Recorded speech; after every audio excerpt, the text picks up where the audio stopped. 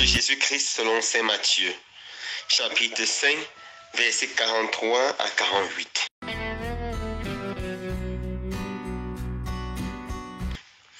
En ce temps-là, Jésus disait à ses disciples, « Vous avez appris qu'il a été dit, tu aimeras ton prochain et tu haïras ton ennemi. Eh bien, moi je vous dis, aimez vos ennemis et priez pour ceux qui vous persécutent, afin d'être vraiment les fils de votre Père qui est aux cieux. Car il fait lever son soleil sur les méchants et sur les bons. Il fait tomber la pluie sur les justes et sur les injustes. En effet, si vous aimez ceux qui vous aiment, quelle récompense mériterez-vous?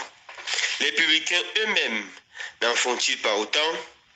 Et si vous ne saluez que vos frères, que faites-vous d'extraordinaire? Les païens eux-mêmes n'en font-ils pas autant? Vous donc, vous serez parfaits comme votre Père céleste est parfait. Acclamons la parole de Dieu. Louange à toi, Seigneur Jésus. Chers frères et sœurs bien-aimés, l'évangile d'aujourd'hui est considéré par beaucoup de biblistes comme le cœur du discours de Jésus sur la montagne.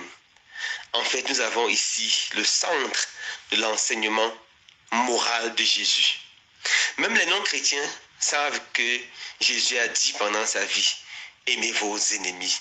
Et c'est ça qui fait la grandeur et la particularité du christianisme, aimez vos ennemis. Dans l'évangile d'aujourd'hui, Jésus dit précisément, vous avez appris qu'il a été dit, tu aimeras ton prochain et tu haïras tes ennemis. C'était un peu cela la conception juive à l'époque.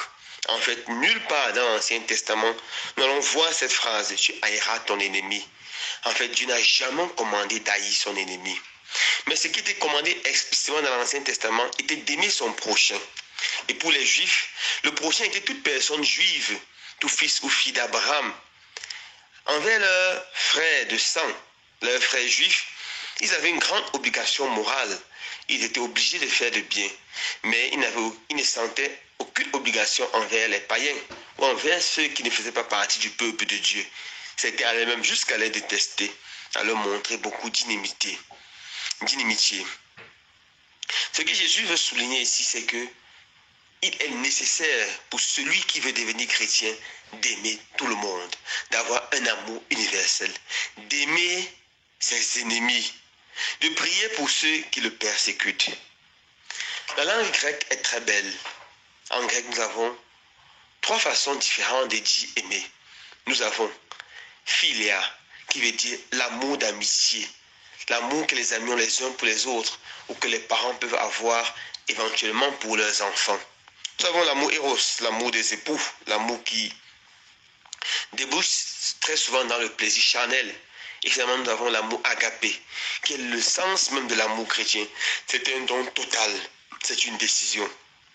Lorsque Jésus demande d'aimer les ennemis, il utilise le mot agapé.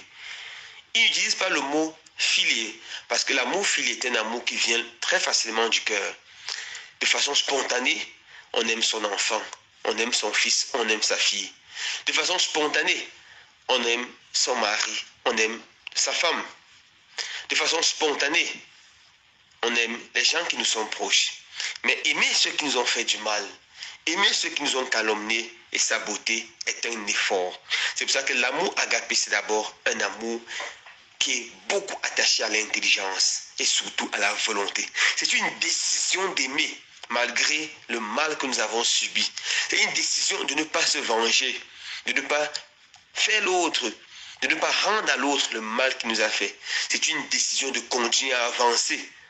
Et cette décision ne peut pas être prise si notre volonté n'est pas nourrie par la parole de Dieu, nourrie par la prière. C'est pour ça que pour arriver à aimer ses ennemis, nous devons être capables de commencer par prier pour eux. Nous devons demander au Seigneur de les toucher, de les bénir et aussi de changer leur cœur afin qu'ils soient les meilleures personnes. En commençant à prier pour ces personnes, le Seigneur nous donnera de plus en plus de l'amour pour eux.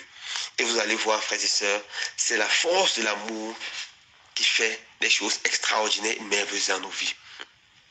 Martin Luther King, ce grand pasteur américain qui a lutté pour les droits civils des Noirs, a beaucoup chéri ce texte. Pour lui, il faut absolument aimer ses ennemis. Lorsqu'il luttait pour les droits des Noirs, beaucoup de Blancs se comportaient de façon terrible.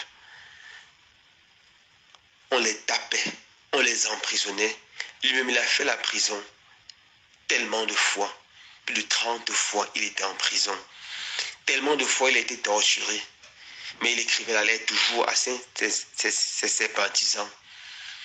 Notre combat doit être non violent et basé sur la mort.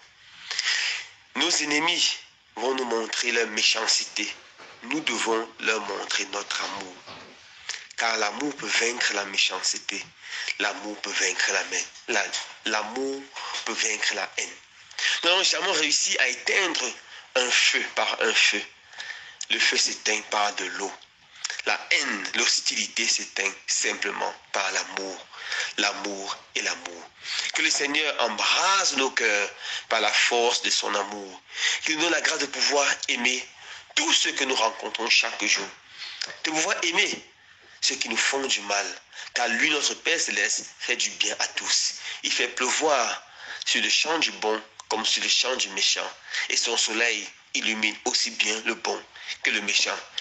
Que ton amour, Seigneur Jésus, illumine nos cœurs et que nous puissions te ressembler. Amen.